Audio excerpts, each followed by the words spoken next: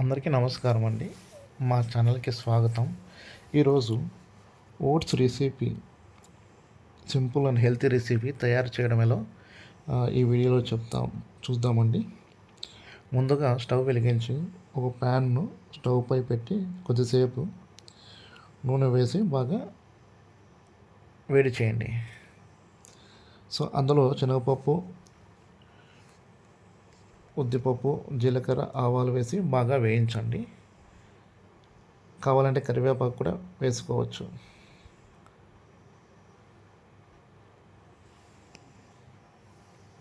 బాగా వేయించి కావాల్సినంత నీరు యాడ్ చేసుకోండి. కొత్తిమీర కూడా యాడ్ చేయండి, మంచి ఫ్లేవర్గా ఉంటుంది. అలాగే ఇప్పుడు అవసరమైనంత నీరు పోసిన తర్వాత